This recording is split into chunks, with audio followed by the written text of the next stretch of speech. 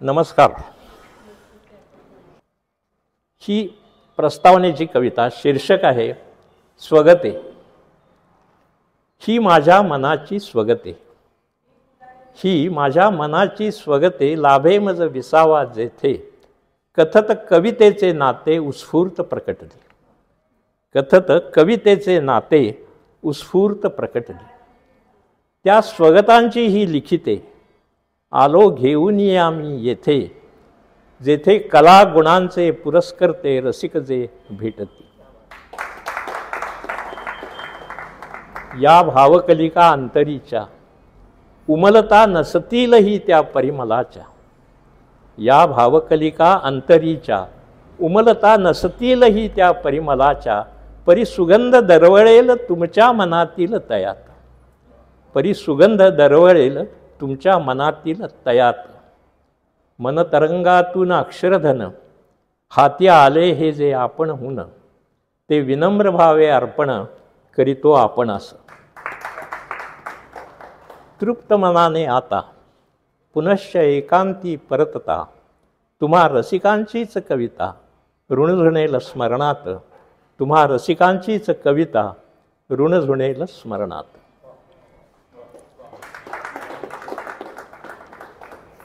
कवितेसंदर्भात बरेच मूलभूत प्रश्न असतात की कविता येते कुठून, कवितेची निर्मिती प्रक्रिया कशी असते. तर हे सगळे गुंतागुंतीचे आणि थिअरॉटिकल विषय आहेत अभ्यासाचे, तर त्यात मी जात नाही. सोपं करून सांगायचं झालं तर कविता ही साधारणपणे 3 ठिकाणाहून येते. एक म्हणजे कवीचा अभ्यास व्यासंग, तर त्यातून जशी ज्ञानेश्वरी आली, कवीच्या अभ्यासा व्यासंगातून आली. दुसरा भाग म्हणजे कवीच्या कल्पनाशक्तीतून येते, यात ज्ञानेश्वरीत हा भाग पण आहे. उदाहरणार्थ कालिदास, हे संबंध त्याच्या कल्पनाशक्तीतून प्रतिभेतून जन्माला आलेलं तर काव्य आहे. तर ही झाली दुसरी बाजू. आणि तिसरा भाग म्हणजे कवीच्या प्रत्यक्ष अनुभवातून येणारी कविता, की जी साठोत्तरी कविता जास्त आहे, ही अनुभवातून जास्त करून आलेली ही कविता आहे. आता अनुभव हा कसा असतो, तर तो आठवणीच्या स्वरूपात राहतो. ज्या आठवणी ठळक असतात त्या दीर्घकाल स्मरणात राहतात, बाकी अनुभव आठवणी आपण विसरून जातो. आता माझ्या बालपणातली ही एक आठवण आहे. ही जेव्हा घटना घडली तेव्हा आम्ही बोलून चालून बाल होतो. आम्हाला त्यातलं गूढार्थ ज्याला म्हणतो तो आम्हाला त्यावेळी नाही कळला. पुढं मोठं होताना जेव्हा जाणीवांच्या कक्षा विस्तारत जातात, अशा एका क्षणी मला त्या कथेतला अर्थ समजला आणि मग कासावी झालो. तर त्या अनुभवावर आधारित ही कविता. शीर्षक आहे आराम खुर्ची. पश्चिमेच्या खिडकीतून सांज वारा शिरला की, पश्चिमेच्या खिडकीतून सांज वारा शिरला की वर खाली हलत राहायची जुनी आराम खुर्ची. पश्चिमेच्या खिडकीतून सांज वारा शिरला की वर खाली हलत राहायची जुनी आराम खुर्ची. खुंटीवरच्या छत्रीलाही झुळूक झोके द्यायची. खुंटीवरच्या छत्रीलाही झुळूक झोके द्यायची. भिंतीलगत वारा खात आजी निश्चल बसायची. भिंतीलगत वारा खात आजी निश्चल बसायची. तिथेच आजूबाजूला हुंदडत असायचो आम्ही. तिथेच आजूबाजूला हुंदडत असायचो आम्ही. पळापळी आंधळी कोशिंबीर असेच काही बाही. आजीचा भोंजा करून नातवंड सेना उधळायची. आजीचा भोंजा करून नातवंड सेना उधळायची. तेव्हा गरीब गाय डोळ्यांनी आजी दंगा सहायची. गरीब गाय डोळ्यांनी आजी दंगा सहायची. अशीच एकदा टूम निघाली. अशीच एकदा टूम निघाली अंधारातल्या लपाछपीची. अशीच एकदा टूम निघाली अंधारातल्या लपाछपीची. कोणीतरी स्टुलावरून झाकू लागला खिडकी. कोणीतरी स्टुलावरून झाकू लागला खिडकी. तेव्हा आकाशाला ओरबाडल्यागत आजी सावेश ओरडली. आकाशाला ओरबाडल्यागत आजी सावेश ओरडली. मेल्यानो वाऱ्याने तरी डोलू देना त्यांची आराम खुर्ची.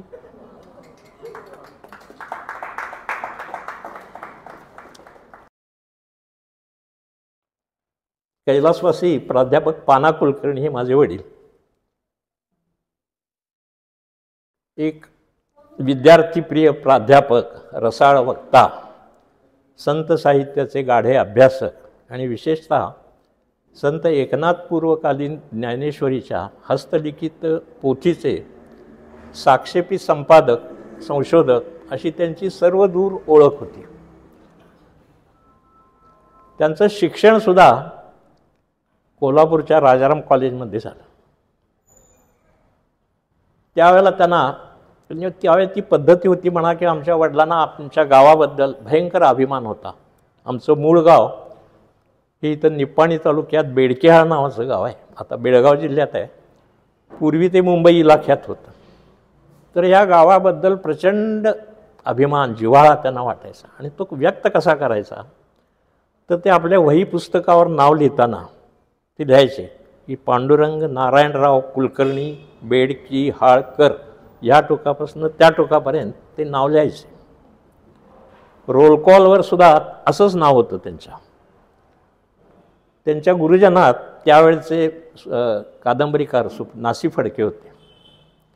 आणि नासी फडके एकदा असा रोल कॉल घेत असताना या नावापाशी येऊन थबकले. त्यांनी वडिलांना उभं केलं आणि त्यांना म्हणाले की do you fear that you will lose your property if you don't write this. की बाबा हे सगळं एवढं बेड की हाळ एवढं लांब सडक जर नाही लिहिलं तर आपली प्रॉपर्टी जाईल अशी भीती वाटते का तुम्हाला? त्यापेक्षा सुटसुटीत करा ना. माझं बघा नासी फडके, तसं तुम्ही ना कुलकर्णी एवढंच लिहा. वडिलांना ते पटलं आणि तेव्हापासून ते तसंच लिहायला लागले आणि तेच नाव पुढं रूढ झालं. आता ही कथा इथंच संपली असती तर एक मजेशीर आठवण म्हणून आपल्या लक्षात राहिली असती. पण ही कथा तशीच संपली नाही. तुम्ही जो नियतीचा मगाशी उल्लेख केला की नियती काय करेल सांगता येत नाही. पुढं काही वर्षातच अशा काही घटना घडल्या की वडिलांचं घर गेलं, दार गेलं, शेती गेली आणि आपणच आपल्या गावात पाहुणा म्हणून जायची त्यांच्यावर वेळ आली. आता हे जे दुःख आहे हे वरच्या पिढीचं आहे, वरच्या पिढीतल्या अनेकांचं आहे. तर त्यांच्या जागी मी आहे, परकाया प्रवेश असं समजून मी ही कविता केलेली आहे. वरच्या पिढीचं दुःख आहे. शीर्षक आहे गावावरून. मागे राहिलेल्या गावावरून पुढे पुढे करत येतो वारा. मागे राहिलेल्या गावावरून पुढे पुढे करत येतो वारा. मनाच्या कप्प्या कोपऱ्यातून उडतो माझ्या इतिहासाचा धुराळा. मनाच्या कप्प्या कोपऱ्यातून उडतो माझ्या इतिहासाचा धुराळा. शिक्षणानिमित्त प्रथमच सोडलं मी गाव. शिक्षणानिमित्त प्रथमच सोडलं मी गाव आणि सुरू झाले पाठीमागे सूर्यास्त. गेले आई वडील, उरला वारसा फक्त. उरला वारसा फक्त, तो गिळून माझ्यावरच पालटले माझे विश्वस्त. उरला वारसा फक्त, तो गिळून माझ्यावरच उलटले माझे विश्वस्त. 48च्या होळीकांडातून गदगदणाऱ्या भिंतींपुरता उरलेला वाडा. 48च्या होळीकांडातून गदगदणाऱ्या भिंतींपुरता उरलेला वाडा फुकट कोणी घेईना. फुकट कोणी घेईना कारण तिथं चालतो म्हणे बामणभूतांचा धिंगाडा. कारण तिथं चालतो म्हणे बामणभूतांचा धिंगाडा. दूधगंगेच्या खोऱ्यात लागलं राज्यसीमांचं दुहेरी कुंपण. दूधगंगेच्या खोऱ्यात लागलं राज्यसीमांचं दुहेरी कुंपण. पैल मुलखात राहिला गाव. पैल मुलखात राहिला गाव. त्याचं घडू लागलं सक्तीनं कानडीकरण. त्याचं घडू लागलं सक्तीनं कानडीकरण. असाच एकदा गेलो असता गावी ग्रामदैवताच्या दर्शनाला. असाच एकदा गेलो असता गावी. या उरावरा न्यू कंच्या गावचं तुम्ही म्हणत गुरुवानं. देवाचा कौल जणू ठरवलं मला पाहुणा निनाद. कंच्या गावचं तुम्ही म्हणत गुरुवानं. देवाचा कौल जणू ठरवलं मला पाहुणा निनाद. खरडे घाशी करत दिशाहीन भरकटलेलं बिन शिडाच्या होडग्यासारखं हे जीवन.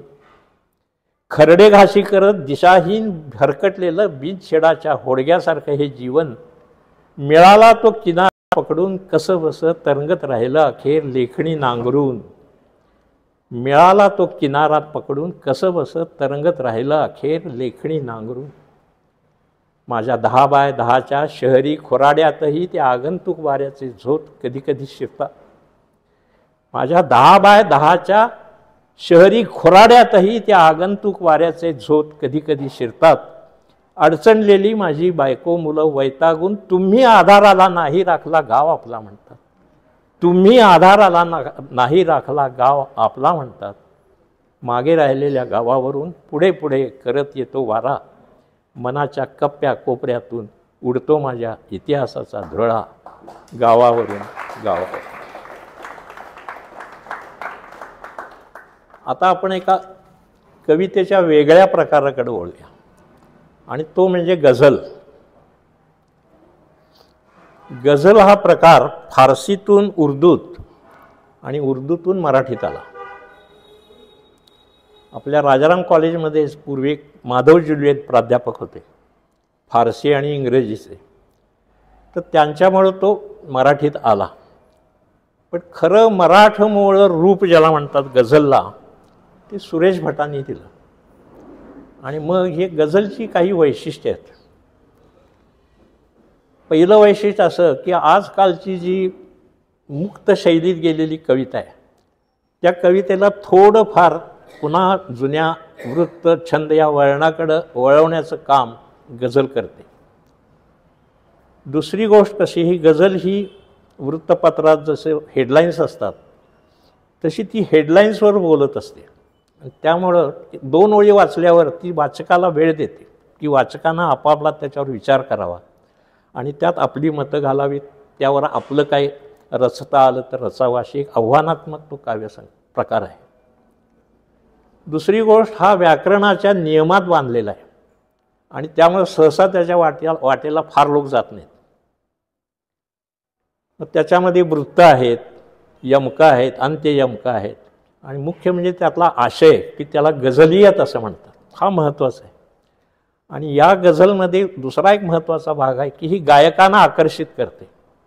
की गायक लोक जसं भावगीताच्या शोधात असतात तसे त्यांना चांगल्या चांगल्या जर गझल मिळाल्या तर ते त्या शोधात असतात आणि स्वरांच्या साथीमुळे ही गझल अधिक लोकप्रिय होते. आजच आता बातमी आली की आपले गायक त्यांना लता मंगेशकर पुरस्कार मिळाला, भीमराव पांचाळे. तर ते गझलकारच आहेत. त्यांनी अनेक गझलकारांना पुढं आणलेलं आहे. तर त्या गझल गायकी हा आणि एक वेगळा भाग आहे. पण त्यांना लता मंगेशकरांचा पुरस्कार मिळाला आहे तर ते सुद्धा आम्हा गझलकारांना भूषणावर अभिमानास्पद आहे. तर अशी ही गझल एक चॅलेंज म्हणून मी लिहायला लागलो आणि एक गझल लिहिली. तिचं शीर्षक आहे कोहम. आता माझा हा जो प्रवास आहे, कोहम मी कोण. आता ही गझल स्टाईलमध्ये आहे. गझल म्हणजे 2-2 ओळी आणि त्या अशा कॉम्पॅक्ट वृत्त ह्याच्यात आहेत, छंदात आहेत. तापलेले ओठ गिळूनी मी हिमाचा अर्क झालो. तापलेले ओठ गिळूनी मी हिमाचा अर्क झालो. पेटलेले नेत्र मिटुनी मी तमाचा अंश झालो. पेटलेले नेत्र मिटुनी मी तमाचा अंश झालो. वज्रमुष्टी आवरोनी कंकणांचा मर्द झालो. वज्रमुष्टी आवरोनी कंकणांचा मर्द झालो. हात हाती गुंतवोनी मीच माझा कैद झालो. हात हाती गुंतवोनी मीच माझा कैद झालो. रक्तत्वेषे उसळताना मी नियामक बांध झालो. रक्तत्वेषे उसळताना मी नियामक बांध झालो. शौर्य हृदयी दौडताना मी तहाचा दूत झालो. झिंझिण्यांच्या मस्तकी मी गांगधारी सांब झालो. झिंझिण्यांच्या मस्तकी मी गांगधारी सांब झालो. समर भाषेच्या भिनीशी भैरवीचे सूर झालो. समर भाषेच्या बिनीशी भैरवीचे सूर झालो. शांतीपाठक मी अहिंसक मूक माझ्या घोषणा. शांतीपाठक मी अहिंसक मूक माझ्या घोषणा. संयमी मी समंजस. संयमी मी समंजस का नपुंसक देखणा. संयमी मी समंजस का नपुंसक देखणा. का नपुंसक देखणा. आता ही गझल ऐकल्यानंतर कोणाला जर पूर्वीचं भारत सरकारचं परराष्ट्रीय धोरण आठवलं तर तो निव्वळ योगायोग समजावा.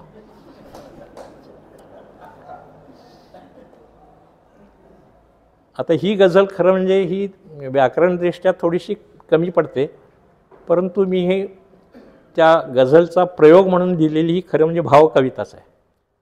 आता मी गझलवर येतो.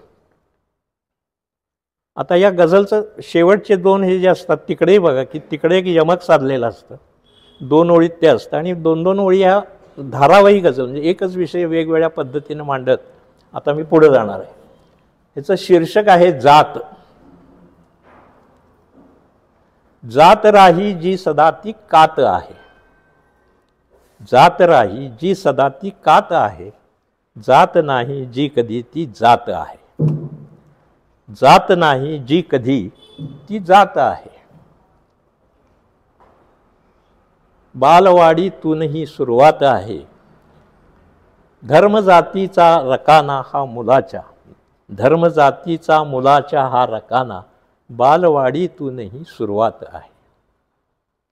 तो म्हणाला मी निधर्मी, तो म्हणाला मी निधर्मी, हा म्हणाला नाव सांगा, हा म्हणाला नाव सांगा, जात त्या नावात आहे. प्रेम लग्नाला मुलीचा बाप गेला, प्रेम लग्नाला मुलीच्या बाप गेला, त्याची या जातीतला जामात आहे, त्याची या जातीतला जामात आहे. जा घरी दारी कुठेही हेच आहे, जे असे लोकात ते देशात आहे. जात भाई नाच घ्यावे नोकरीत, जात भाई नाच घ्यावे नोकरीत, गुपित हे ख्यातीहुनी प्रख्यात आहे, गुपित हे ख्यातीहुनी प्रख्यात आहे. राष्ट्रगीताने कुणा का जाग आली, राष्ट्रगीताने कुणा का जाग आली, बांगतो अन आरती हा गात आहे, बांगतो अन आरती हा गात आहे. न्यायदेवी शपथ देई साक्षीदारा, तुमची क्षमा मागतो. न्यायदेवी शपथ देई साक्षीदारा, धर्मग्रंथावर तयाचा हात आहे, धर्मग्रंथावर तयाचा हात आहे. दुखविला पुतळा कुण्या माथे फिरू नये, दुखविला पुतळा कुण्या माथे फिरू नये, जाळपोळीचीच येती रात आहे, जाळपोळीचीच येती रात आहे. ये दुराव्या मागुनी नकली सलोखा, ये दुराव्या मागुनी नकली सलोखा, अन पुन्हा जातीय झंझावात आहे, अन पुन्हा जातीय झंझावात आहे. कान दिसती टोचलेले या शवाचे, कान दिसती टोचलेले या शवाचे, पंचनाम्याची अशी रुजवात आहे, पंचनाम्याची अशी रुजवात आहे. जात राही जी कधी ती कात आहे, जात नाही जी कधी ती जात आहे.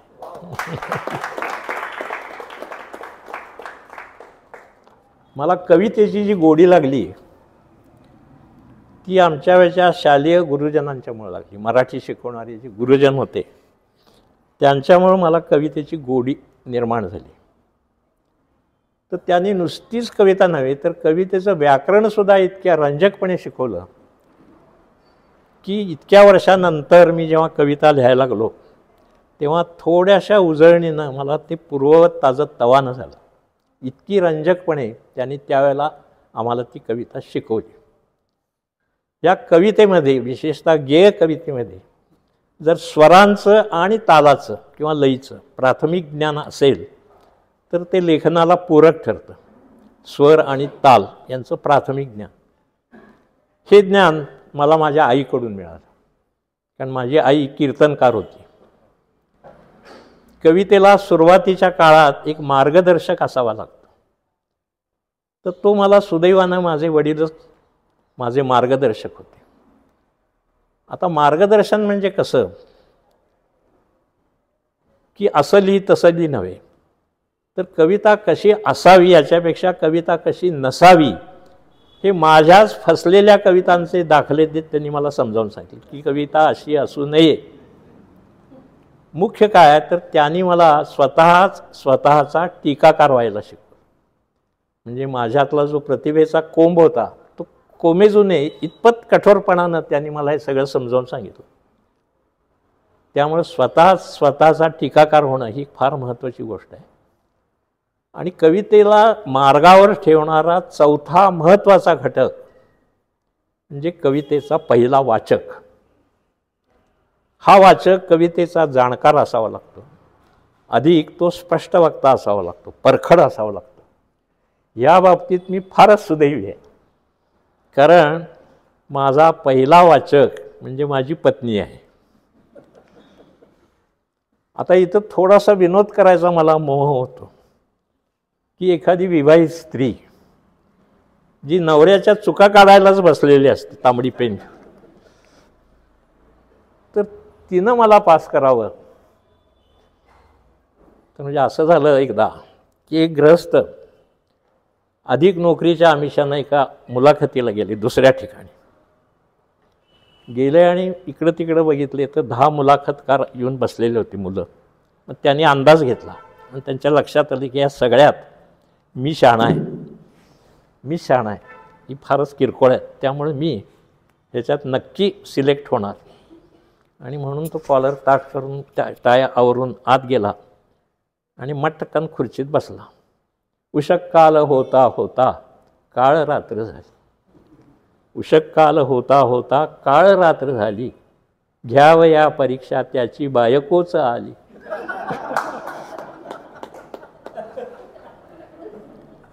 तर असंही होऊ शकतं, परंतु तसं झालं नाही. आणि त्यामुळं माझी कविता ही मार्गावर राहिली याचं कारण महत्त्वाचं हे आहे.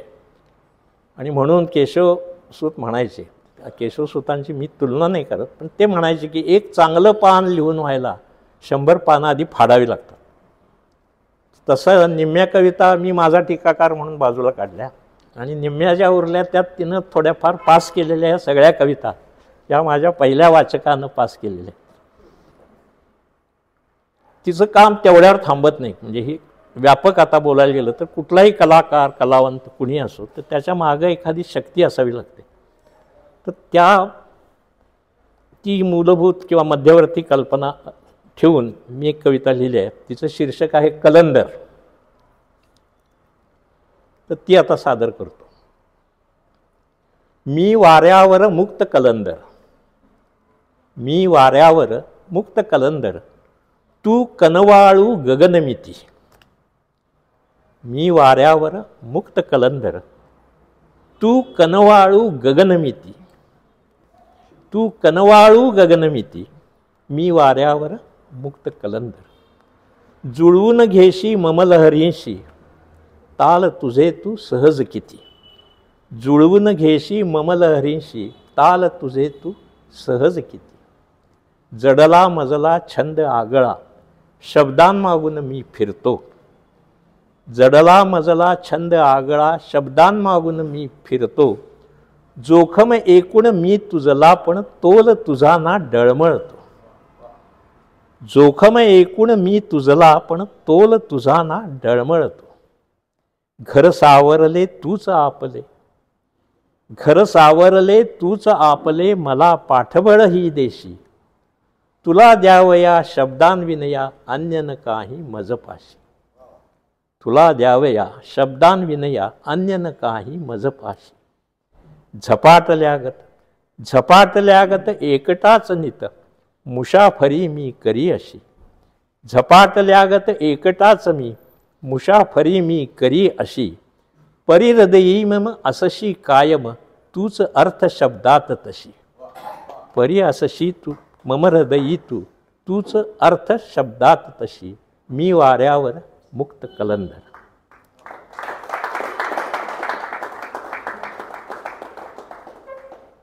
मगाशी सुरुवातीला मी एक वचन सांगितलं की कवी हा बोलका काव्यरसिक असतो आणि काव्यरसिक हा अबोल किंवा अव्यक्त कवी असतो. तर तसं माझ्या अनुभवाचं एक इथं आता वाक्य टाकतो मी की कवी, कविता आणि काव्यरसिक. तर सर्वसाधारण काव्यरसिकांना कविता आवडत असते, पण कवींना ते भितात. सर्वसाधारणपणे कवींना हे काव्यरसिक भीत असतात. आणि याचं कारण असं आहे की आमच्यातच काही अतिउत्साही गळे पडू असे कवी असतात की ते असं गिऱ्हाईकाच्या शोधातच असतात ते, की कधी पकडतो आणि मी ऐकवतो त्याला. त्यामुळं असे कवी आले की आणि ही आजचीच हे नाही, म्हणजे आचार्य अत्रेंच्या काळातून सुद्धा कविता आहेत की पळा पळा तो पहा आला कवी, अशा कविता आहेत तेव्हा.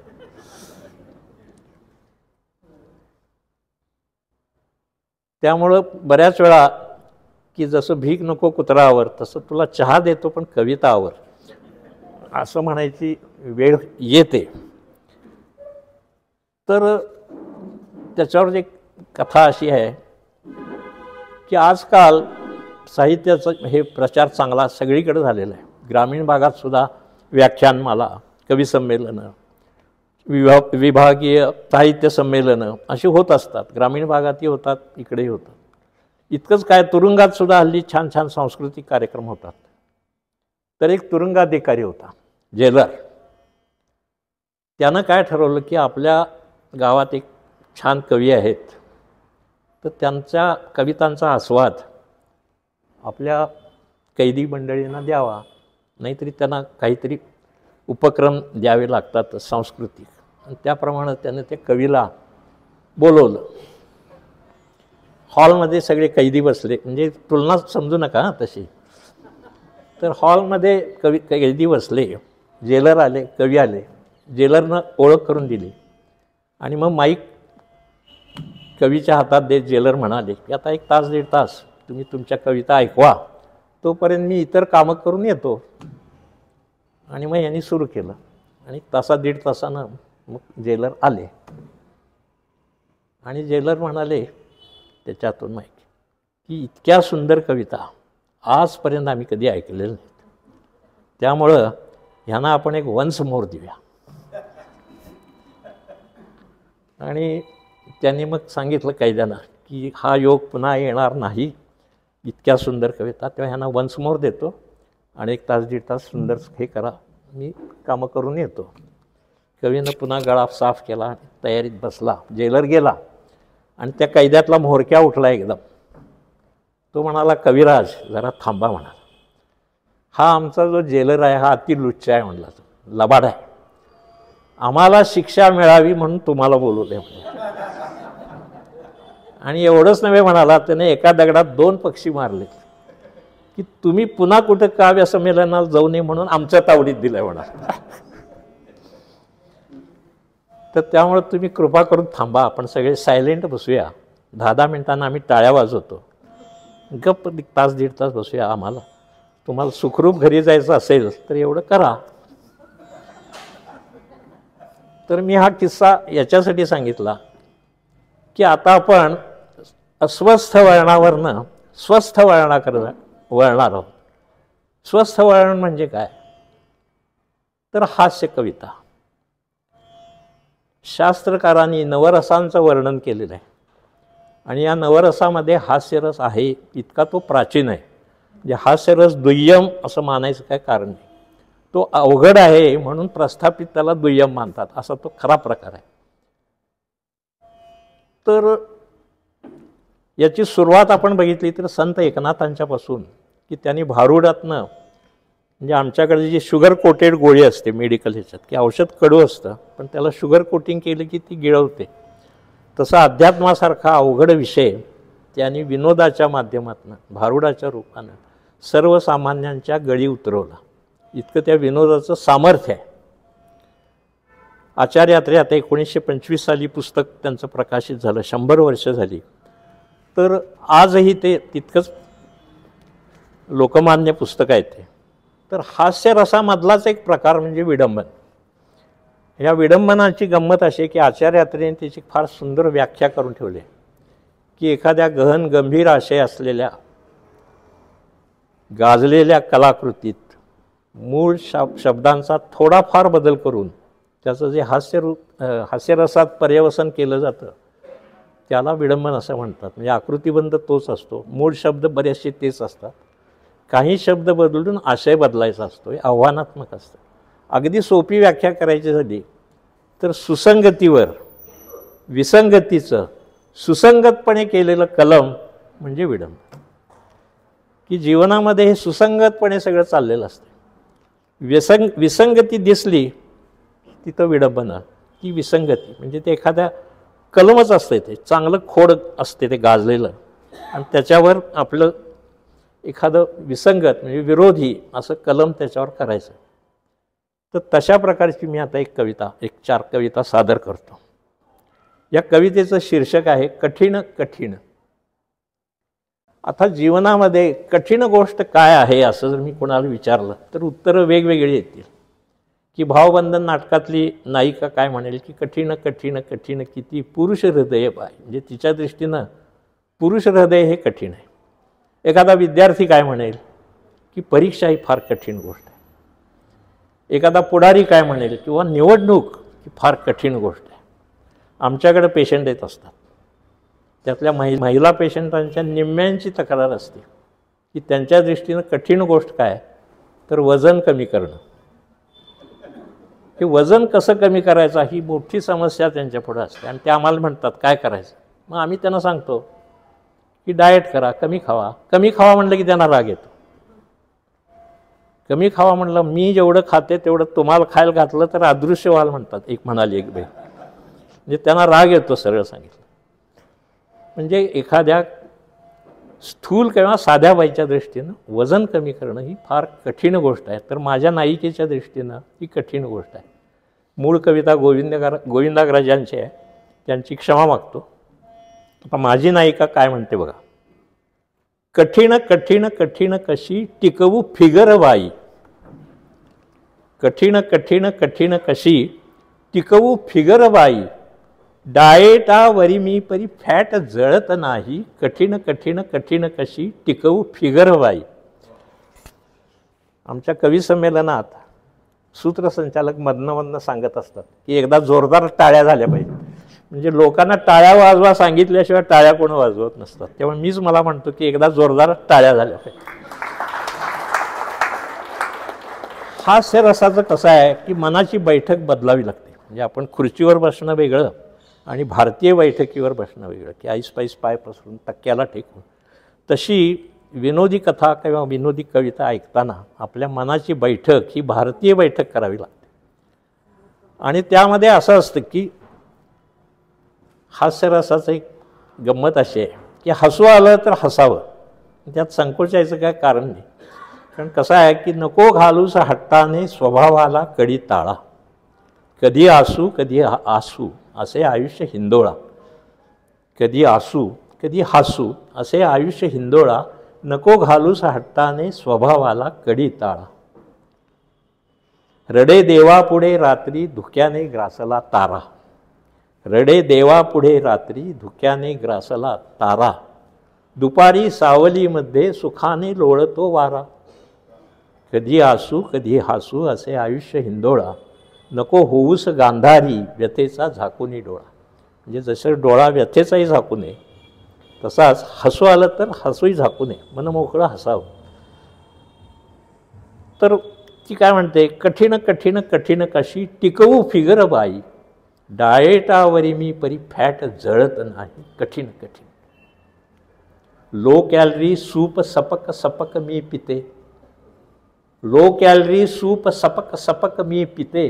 शुगर बटर वगळूनी कद अन्न खादते.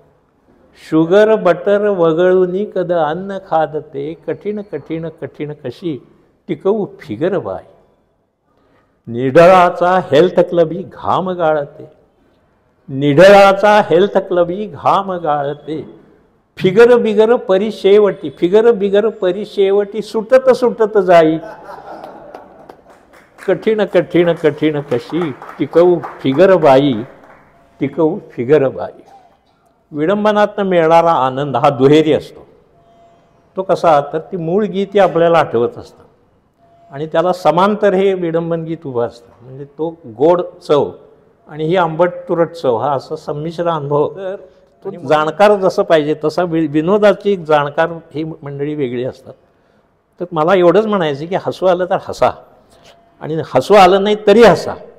कारण ते शस्त्र मला हसा म्हणजे तो बुमरँग असतं ते की विनोद फसला तर तो विनोद कर्त्यावर उलटतो. त्यामुळे मला हसायलाही काय हरकत नाही पण हसा. तर आपल्या सुधीर मोघींचं एक सुरेख गाजलेली कविता आहे. सखी मंद झाल्या तारका आता तरी येशील का. आता आम्हाला अशा कविता जेव्हा वाचतो मी, त्या ध्रुपद असतात 2-2 ओळीचे, की मला ते वाचल्यावरच ते माझ्या नजरेला की ते कलम कुठं करायचं ती जागा दिसायला लागते. ती जागा अशी नाजूक असते, कुठे ती कमकुवत असतेच ती. म्हणजे तो कवी माझ्या दृष्टीनं तो फसलेलाच असतो, मूळ कवी. आता पाडगावकर काय म्हणतात, जेव्हा तिची नि माझी चोरून भेट झाली, झाली फुले कळ्यांची झाडे भरात आली. आता आपण या 2 ओळींचं डिसेक्शन करूया. हा काय म्हणतो, जेव्हा तुझी माझी भेट झाली तेव्हा म्हणे कळ्यांची फुलं झाली.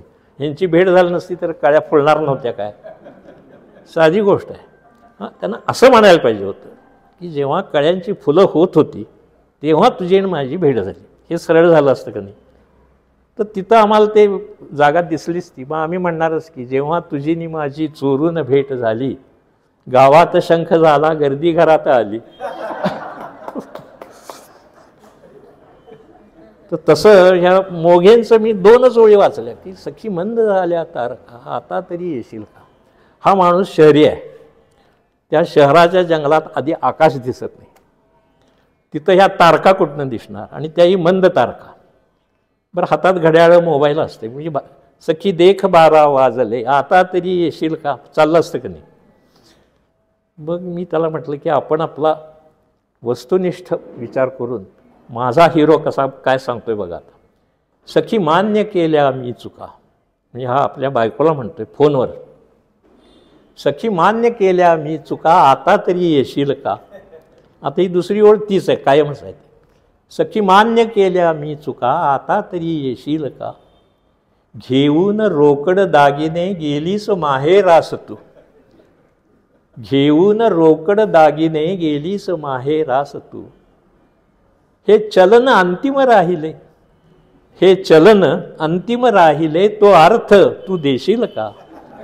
तो अर्थ तू देशील का. ह्या सगळ्या ओळी त्यांच्याच आहेत, फक्त माझी एक ओळ किंवा एक शब्द बदललेला आहे. तो अर्थ तू देशील का. जे जे हवे बँकेत आहे ठेव, बँकेत आहे ठेव पण खात्यात ती आहे तुझ्या, बँकेत आहे ठेव पण खात्यात ती आहे तुझ्या. हा चेक वठवाया खरी स्वाक्षरी तू देशील का. हा चेक वठवाया खरी तू स्वाक्षरी देशील का. जे जे हवे या जीवनी, पहिली वाक्य त्यांचीच आहे, त्यांचीच ओळ आहे ती. जे जे हवे या जीवनी ते सर्व श्वशुरांनी दिले, जे जे हवे या जीवनी ते सर्व श्वशुरांनी दिले. तरीही उरे जे जे तिथे ते घेऊन येशील का. तरीही उरे जे जे तिथे ते घेऊन येशील का. बोलावल्या वाचूनही मामी जरी आल्या इथे. आता मूळ शब्द आहे मृत्यू. मृत्यूला साधारण तितका समानार्थी शब्द मराठीत आहे मामी, सासूरबाई. बोलावल्या वाचूनही मामी जरी आल्या इथे, घेईन त्यांनाही घरी, पण सांग तू येशील का, पण सांग तू येशील का. हे अशा नवऱ्यांची गंमत असते. एकदा चूक मान्य केली, गाडी रुळावर आली की पुन्हा नवीन चूक करायला मोकळे. तर हे सखी मान्य केल्या मी चुका. विनोदाच्या तत्वज्ञानामध्ये एक फार मोठं वाक्य आहे, अवघड आहे ते तसा विनोद करणं. ते असं की विनोद, शुद्ध विनोद हा कारुण्यावर उभा असतो. आणि तशी उदाहरणं आहेत आपल्याकडं, विशेषतः इंग्रजी वाङ्मयात तशी जास्त आहेत. अवघड काव्य प्रकार आहे. म्हणजे असं की एखादा माणूस, आपण सभ्य माणसं मान खाली घालून जात असतो अध्यात्मामध्यात. एखादा माणूस येतो, उगीच तुमची छेड काढतो, तुम्हाला वाईट वाटतं, पण आपण पुढे जातो. पुन्हा दुसऱ्या दिवशी तिसऱ्या तो सतत तुमची छेड काढायला लागतो, राग काहीतरी त्रास द्यायला लागतो. मग तुम्हाला हळूहळू चीड यायला लागते, राग यायला लागतो. या सात्विक संतापाची संयत अभिव्यक्ती म्हणजे उपरोध. उपरोधाच्या पुढची पायरी म्हणजे उपहास, आणि उपहास ही विनोदाची पहिली पायरी असते. आता आपण उलटा क्रम केला तर उपहास, उपरोध, चीड, संताप, सात्विक संताप करत ते करुणेवर येतं की तिथं तुम्हाला वाईट वाटलेलं असतं खाली, तर अशा प्रकारचे विनोद करणं असा एक मी प्रयत्न केला आहे की लोकशाहीमध्ये आपण सगळे राजे आहोत. तर वस्तुस्थिती अशी आहे की लोकशाहीमध्ये राजा हा अत्यंत दुःखात आहे, म्हणजे इथं करुणा आहे. आणि त्यानं नेमलेला जो सेवक आहे म्हणजे मंत्री वगैरे त्यांना हर्षवायू झालेला आहे. आता हे आपल्याला विनोदाच्या अंगानं जायचं आहे, मांडायचं आहे. मग मी एकदा विचार असा केला की आपण पुढाऱ्यांना नावं ठेवतो, या बाबतीत पुढाऱ्याचं काय मनोगत असेल असं कल्पना करूया. तो तसा का वागतो म्हणून त्या पुढाऱ्याच्या तोंडून मी हे घातलेलं आहे सगळं. मूळ कविता ही वसंत बापटांची आहे, जुनी कविता फार छान आहे. त्याच्या 2 ओळी अशा आहेत की मैतर हो खातर जमा करू मी कशी, मैतर हो खातर जमा करू मी कशी, आम्ही जाणारच की कवा तरी पटदिशी, आम्ही जाणारच की कवा तरी पटदिशी. आता इतकी ही गंभीर करुण कशी कविता आहे.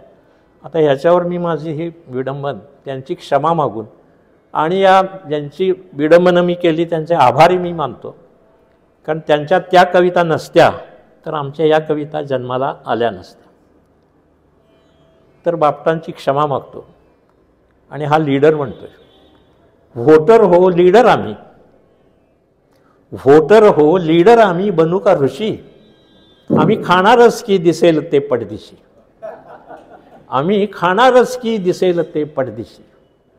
काय आम्हा भेटले गुरु तरी खादरे, काय आम्हा भेटले गुरु तरी खादरे, कुणी चरखा फिरवीत चर खा करे, कुणी चरखा फिरवीत चर खा करे, कुणी भगवे नेसून खादीसाठी झुरे, कुणी भगवे नेसून खादीसाठी झुरे, आम्ही बाळकडू हे गिळले बावन कशी, आम्ही खाणारच की दिसेल ते पटदिशी. काय कधी पथ्य करी मधुमेही असतो वळू, काय कधी पथ्य करी मधुमेही असतो वळू, आम्ही साखऱ्याचं काय शुगर मिलही गिळू, आम्ही साखऱ्याचं काय शुगर मिलही गिळू, करू पचवा पचवी, करू पचवा पचवी तोच आम्हा प्रेमळू, पोटच्या रेडकापरी भूक दे ढुशी, आम्ही खाणारच की दिसेल ते पटदिशी.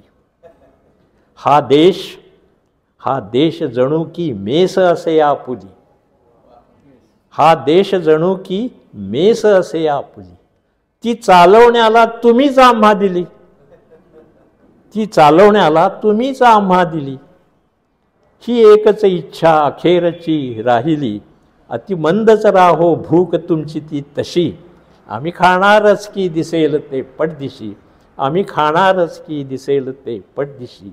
व्होटर हो लीडर आम्ही बनू का ऋषी, आम्ही खाणारच की दिसेल ते पटदिशी.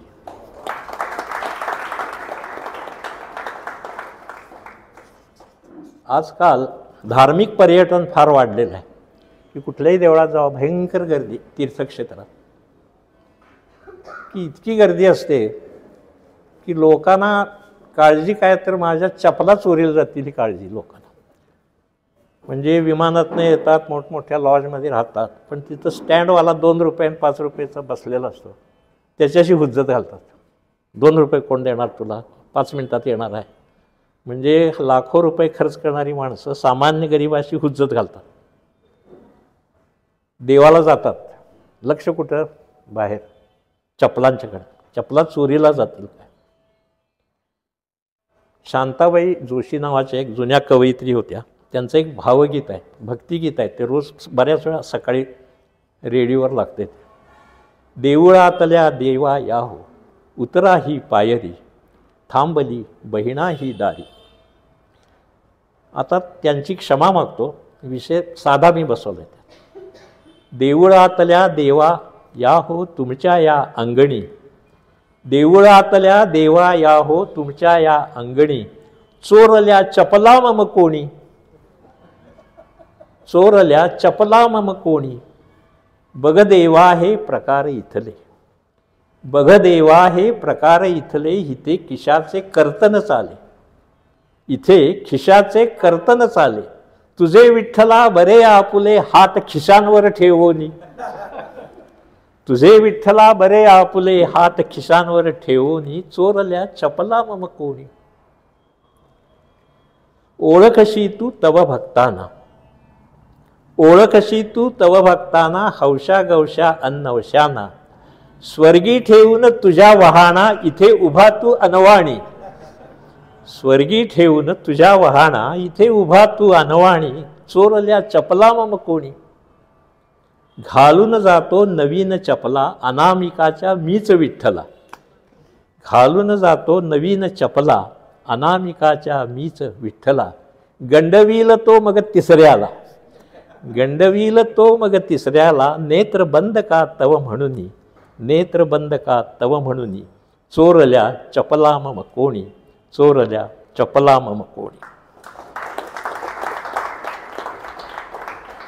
म्हणजे देवासमोर जर असं घडत असेल रविराज, तर बाहेरच्या जगात काय घडत असेल ही आपण कल्पना करायची आणि हसण्यावारीच न्यायचं, पण एका डोळ्यात पाणी ठेवून हसायचं, एवढाच त्यातला भाग आहे. असंच आणखीन एक विडंबन सादर करतो. शांता शेळकेंचं एक सुंदर भावगीत आहे. चांदण्या रात्रीतले ते स्वप्न तू विसरून जा, मी तुझी होते कधी ते सर्व तू विसरून जा. छान आहे विसरायला, म्हणजे अवघड आहे पण ते कवी कल्पना आणि ते छान आहे. आता आम्ही वास्तवातले कवी, आम्ही काय म्हणणार, मी तुझे जे घेतले ते कर्ज तू विसरून जा, मी तुझे जे घेतले ते कर्ज तू विसरून जा, देणगी समजून झाला खर्च तू विसरून जा, देणगी दिलीस असं समज आणि विसर, मी तुझे जे घेतले ते कर्ज तू विसरून जा, देणगी समजून झाला खर्च तू विसरून जा, आणले पैसे तुझे तू, आणले पैसे तुझे तू, आणि दिले माझ्या करी, का किती केव्हा कधी ते सर्व तू विसरून जा, मी तरी तोंडी जुना व्यवहार आता विसरलो, मी तरी तोंडी जुना व्यवहार आता विसरलो, आत होणारी तुझी आगाग तू विसरून जा, मी घेतल्या शपथा तुझ्या शब्दरंजित वायद्यांचा अर्थ तू विसरून जा, ज्यास लेखी ना पुरावा जे कुणी ना पाहिले, घेतले मोजून जे मी तेच तू विसरून जा, तेच तू विसरून जा. तर हा असा हे वर्तमान आहे. आणखीन एक चॅलेंज, ही कविता म्हणावी का नको या मी भ्रमात होतो की आपला मंदिरात कार्यक्रम आहे, पण विंदा करंदीकरांनीच परमेश्वराला हे केलेलं आहे चॅलेंज, किंवा त्यांनी परमेश्वराचाच उपहास केलेला आहे. आता ही आहे उपरोधिका. या उपरोधिका म्हणजे मुळात ह्या कवितेतच हास्य आहे आत, हिला अधिक हास्य करायचं आहे. म्हणजे हे पुन्हा चॅलेंज आहे की उपरोधिका, मगाशी मी म्हटलं की उपरोधाची पुढची पायरी ही उपहास, आणि उपहास खाली आला की ती करुणा आहे. तर आता ती त्यांची मूळ कविता किंवा गझल आहे ती काय आहे, प्यालो जरी कितीही प्याले न मोजतो मी, प्यालो जरी कितीही प्याले न मोजतो मी, आहे पिता पिवविता तो एक मानतो मी, आहे पिता पिवविता तो एक मानतो मी. आता आधी त्यांची क्षमा मागतो आणि माझं हे विडंबन, प्यालो जरी कितीही पैसे न खर्चतो मी, प्यालो जरी कितीही पैसे न खर्चतो मी, माझी बिले भरे जो त्यालाच मानतो मी, माझी बिले भरे जो त्यालाच मानतो मी. भट्टी असे इलेक्शन आणि व्होट हे रसायन, दारूत गाळलेल्या सरकार पाहतो मी, दारूत गाळलेल्या सरकार पाहतो मी. गुत्ताधनी गुत्ताधनी उगा का दावी समाजसेवा, गुत्ताधनी उगा का दावी समाजसेवा, तो आमदार भावी हे आज सांगतो मी, तो आमदार भावी हे आज सांगतो मी. देई फुकाट दारू मटणान्न जो पुढारी, त्याचाच कार्यकर्ता होऊन नाचतो मी, त्याचाच कार्यकर्ता होऊन नाचतो मी. जी बाटली उभी ती हो आडवी पिताना, जी बाटली उभी ती हो आडवी पिताना, हे सत्य बायकांच्या मोर्चास धावतो मी, हे सत्य बायकांच्या मोर्चास धावतो मी. दारूत आजच्या या कावीळ असे उद्याची, दारूत आजच्या या कावीळ असे उद्याची, म्हणून तिला उद्याच्या आधीच हाणतो मी, म्हणून तिला उद्याच्या आधीच हाणतो मी, म्हणून तिला उद्याच्या आधीच हाणतो मी. प्यालो जरी फार पूर्वी, म्हणजे भारत स्वतंत्र व्हायच्या आधी आपल्या मुंबई इलाखा आणि मुंबई विद्यापीठ एकच विद्यापीठ होतं, म्हणजे अगदी बडोदापासून खाली धारवाडपर्यंत. त्यावेळी एका वर्षी BAचे पेपर्स जळाले, उत्तर पत्रिका. तर ते पेपर्स तपासायच्या आधी जळाले आणि पुन्हा परीक्षा घेणं काही शक्य नव्हतं. सगळ्यांनाच पास करून टाकलं आणि त्यात बरेच रिपीटर्स होते, तेही पास झाले. तर त्या BA झालेल्या लोकांना त्यावेळी जळका BA असं म्हणत असत. ते जळका BA असं त्यांना, आणि ती शाणी हुशार मुलं होती त्यांच्याही मागं तो शब्द लागला, जळका BA. तर हे ते मूळ कथानक. आता मला ह्याला कलम पाहिजे मिळायला, म्हणजे खोड मिळायला पाहिजे, तर ती मला एक सुंदर ह्यांची कविता मिळाली, गझल मिळाली सुरेश भटांची. इतकेच मला जाताना सरणावर कळले होते, नशिबाने केली सुटका, मरणाने छळले होते. ही मूळ गझल आहे, त्याच्यावर मी हे बसवलं, तर त्यांची क्षमा मागतो. इतकेच मला होताना पदवीधर कळले होते, नशिबाने केली सुटका, पेपर्सच जळले होते, नशिबाने केली सुटका, पेपर्सच जळले होते. सगळ्यासच केले गेले झाडून पास सक्तीने, सगळ्यासच केले गेले झाडून पास सक्तीने, जणू राख घासूनी चालू बॅचला विसळले होते, जणू राख घासूनी चालू बॅचला विसळले होते. केलेल्या अटेम्प्टांची कटू याद गडे विसरूया, केलेल्या अटेम्प्टांची कटू याद गडे विसरूया, नापास डमीही झाले ना वशिले फळले होते, नापास डमीही झाले ना वशिले फळले होते. तू ठेव गुपित, तू ठेव गुपित, यंदा मी पेपर्स टाकले कोरे. तरी BA झालोय मी. तू ठेव गुपित, यंदा मी पेपर्स टाकले कोरे, माझं प्रश्न न कळल्याने मी लिहिणेच वगळले होते, माझं प्रश्न न कळल्याने मी लिहिणेच वगळले होते. ये आज हसू की मागे जमली न मला कॉपीही, ये आज हसू की मागे जमली न मला कॉपीही, माझं पुढे तुझं पुढे मॅडमनी मजला कवळले होते, माझं तुझ्या पुढे मॅडमनी मागून कवळले होते. माझं पदवी देताना त्या गेस्टाला विनोद सुचला, माझं पदवी देताना त्या गेस्टाला विनोद सुचला, माझं जळका BA म्हणून तो किती खिदळला होता, माझं जळका BA म्हणून तो किती खिदळला होता. मुख त्याचे बघता ठोसा देण्याची गरज न उरली, मुख त्याचे बघता ठोसा देण्याची गरज न उरली, जे दात पुढे दिसले ते आधीच निखळले होते. हे मूळच्या सुरेश भटांच्या ह्याच्यातलीच निखळले दार असं सगळं त्यातच आहे. जे दात, त्यांचं दार शब्द आहे, मी दात केले एवढं. जे दात पुढे दिसले ते आधीच निखळले होते, जे फर्स्ट क्लासची यादी आशेने वाचत होते, जे फर्स्ट क्लासची यादी आशेने वाचत होते, सगळीच तीत दिसतात ते स्कॉलर्स खवळले होते, सगळेच त्यात दिसतात ते स्कॉलर्स खवळले होते. इतकेच मला होताना पदवीधर कळले होते, नशिबाने केली सुटका, पेपर्सच जळले होते.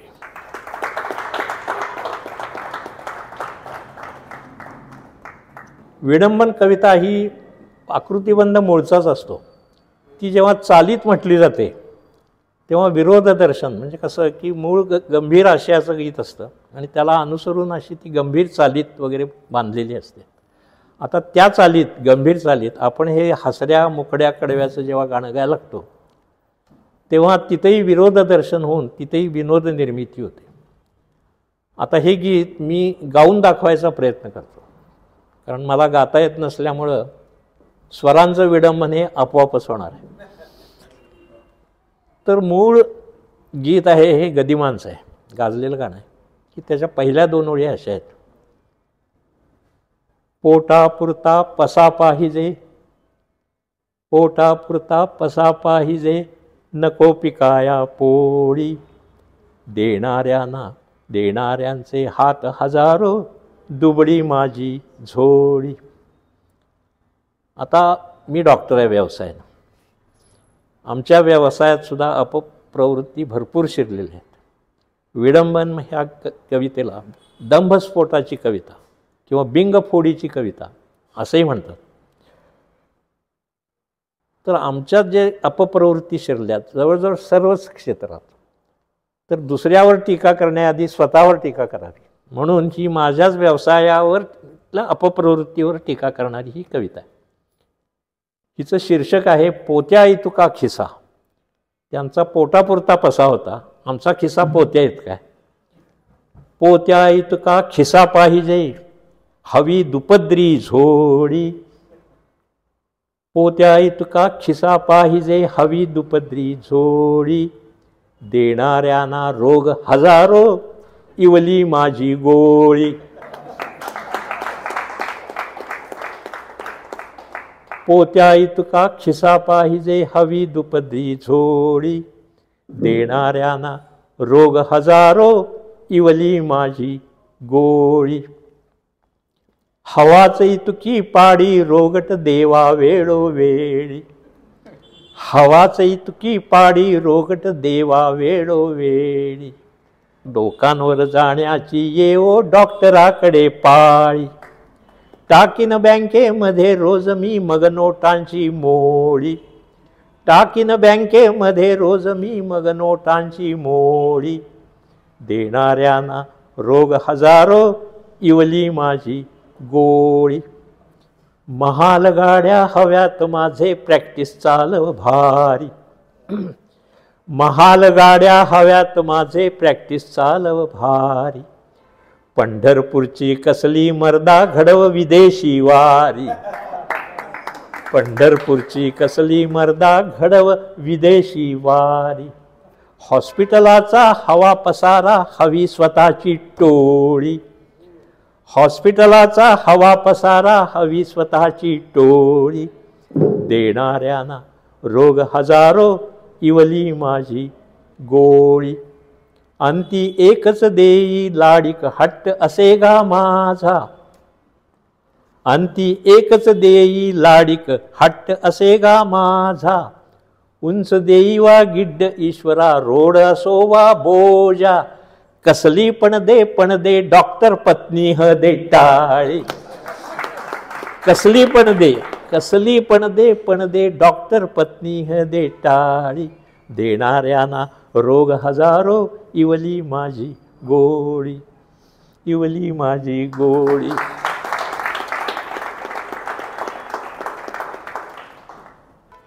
मध्यंतरी एक भावगीत लता मंगेशकर गेल्यानंतर त्या अवस्थेत मी एक भावगीत पी सावळारामांचं जे गाणं आहे कल्पवृक्ष कन्येसाठी, की त्या लता दीदींचे वडील गेल्यावर दीनानाथ त्यांनी ते लिहिलं होतं. तर ह्या गीताचा उत्तरार्ध असा मला तो सुचला आणि ते व्हायरल झालं गाणं. भेटण्या पित्याला स्वर्गी, गान गुणी कन्या गेली, भेटण्या पित्याला स्वर्गी, गान गुणी कन्या गेली, आदराने असतील जमले, देवही ते बघायासी, देवही ते बघायासी, भेटण्या पित्याला स्वर्गी, गान गुणी कन्या गेली.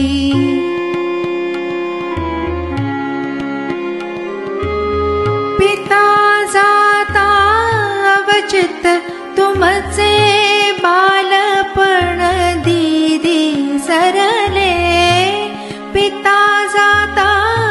चित तुमसे बालपण दीदी सरले सप्त सूर मात्र पित्याचे खोलवर होते रुजले गीत गान कोकिळ कंठी ईश्वरांश होऊन आले गीत गान कोकिळ कंठी ईश्वरांश होऊन आले लता नाव वैश्विक झाले भारताची गाती वेली भारताची गाती वेली भारताची गाती वेली भेटण्या पित्याला स्वर्गी गानगुणी कन्या गेली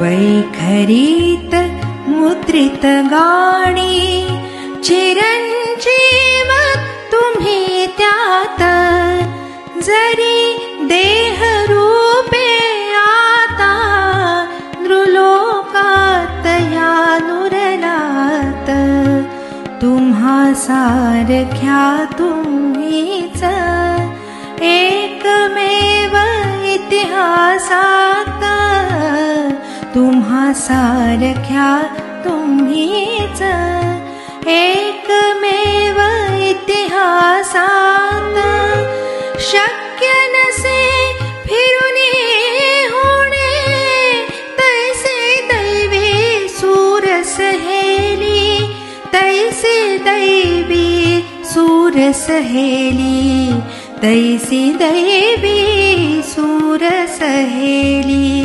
भेटण्या पित्याला स्वर्गी गानगुणी कन्या केली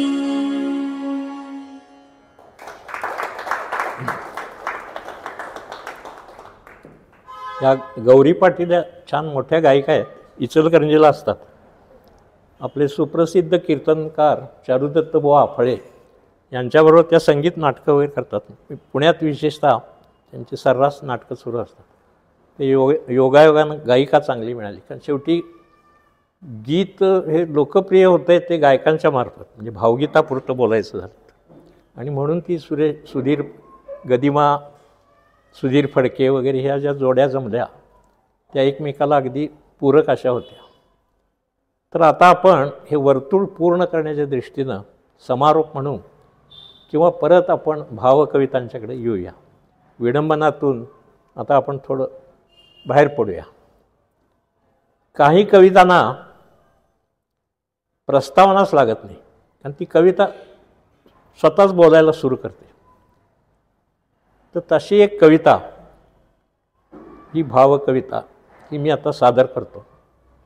हिचं शीर्षक आहे बळी अमृताचा. बळी अमृताचा मुलीची कुण्या वाचवा हाक आली.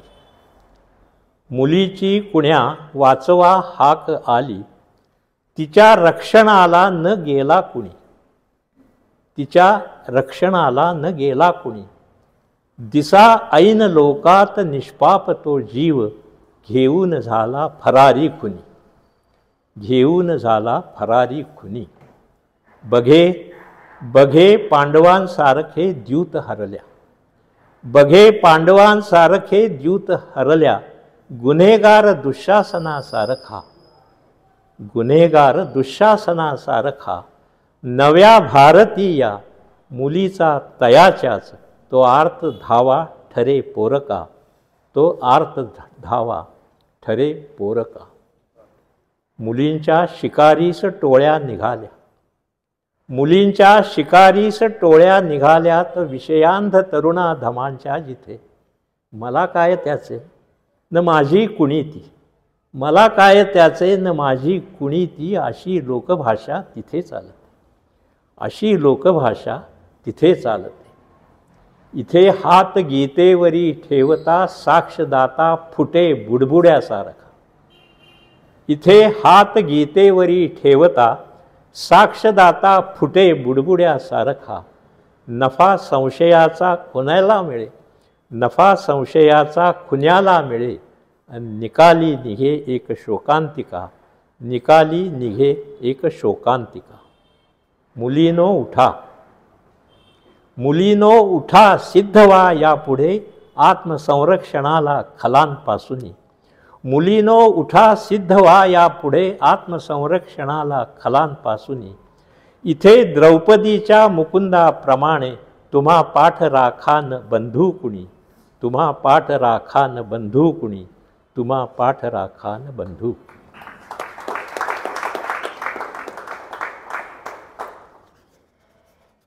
आता कोहमपासून सुरू झालेला हा प्रवास आता आपण सोहमपाशी आलेलो आहोत. सोहम ही सुद्धा एक गझलमधून मांडायचा मी प्रयत्न केलेला आहे. याला सुद्धा प्रस्तावनेची काही गरज नाही. सोहम. बाहेर पाचवीचे मध्यान्ह ऊन आहे, बाहेर पाचवीचे मध्यान्ह ऊन आहे. छायेत मी मनाच्या गेलो गढून आहे, छायेत मी मनाच्या गेलो गढून आहे.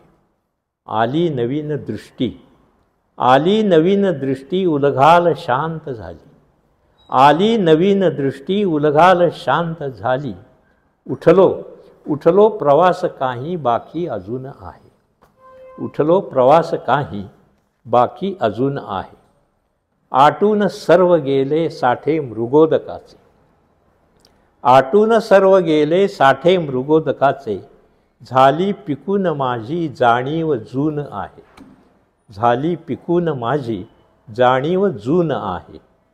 भोती तशीच आहे सुनसान सुन्न माझ्या, अंतर्मनात आली ओंकार धून आहे, अंतर्मनात आली ओंकार धून आहे.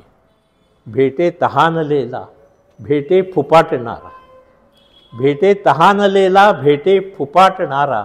आता दया क्षमा हा माझा शकून आहे, आता दया क्षमा हा माझा शकून आहे. आला जरी तरी का वळीवास साठवू मी, आला जरी तरी का वळीवास साठवू मी. आलो सडा सडेची जाणे निघून आहे, आलो सडा सडेची जाणे निघून आहे. उन्हास्थळी न अग्नी, उन्हास्थळी न अग्नी हेही कमी न काही, उन्हास्थळी न अग्नी हेही कमी न काही. उन्हास चांदणे मी म्हणतो म्हणून आहे, उन्हास चांदणे मी म्हणतो म्हणून आहे. अस्वस्थ माणसांची देवालयात गर्दी, अस्वस्थ माणसांची देवालयात गर्दी. माझ्यात भाव सोहम आला भरून आहे, माझ्यात भाव सोहम आला भरून आहे.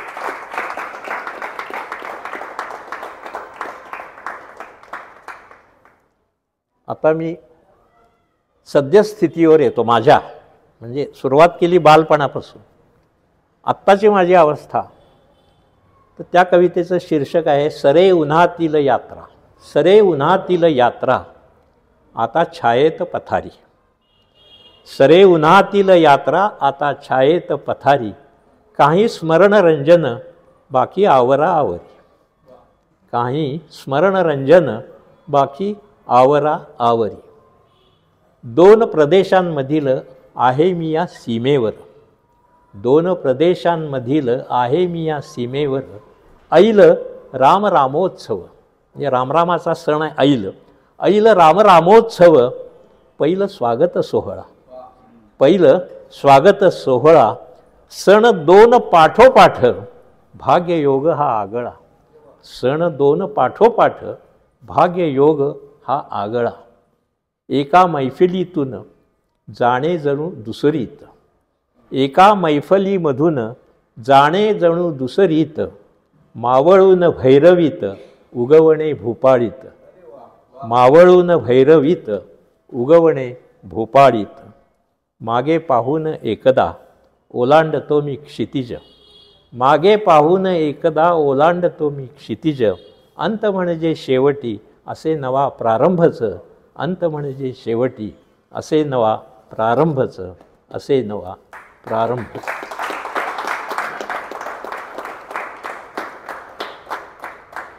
जेव्हा जेव्हा मी संयोजकांचे आभार मानतो, त्याचबरोबर रसिकांचे तर मानतोच मानतो, तुमचे आभार मानतोच, त्याचबरोबर मी माझ्या कवितेचे आभार मानतो.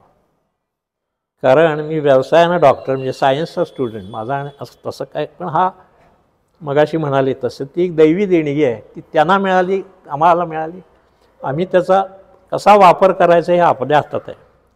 तर या कवितेनं मला काय दिलं, आता ह्या कवितेनं तुम्हाला आनंदच दिला असावा असं मी गृहीत धरतो, कारण तुमचा रिस्पॉन्स बघून छान होता.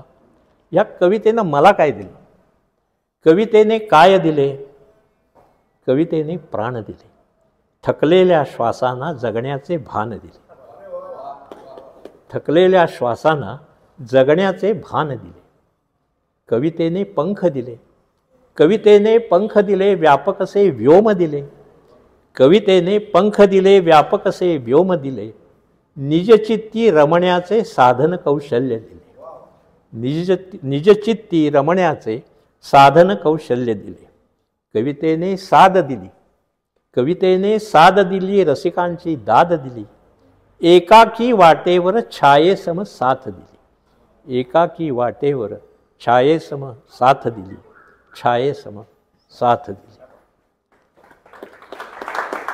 शेवटी 2 ओळीनं मी समारोप करतो या कवितेचेच आभार मानून, की आभारास मला न शब्द सुचतो, दृष्टी मला तू दिली. या कवितेनं मला काय केलं, दृष्टी, आभारास मला न शब्द सुचतो, दृष्टी मला तू दिली, स्वीकारून पसायदान तव हे, मी जोडतो अंजली, मी जोडतो अंजली. धन्यवाद.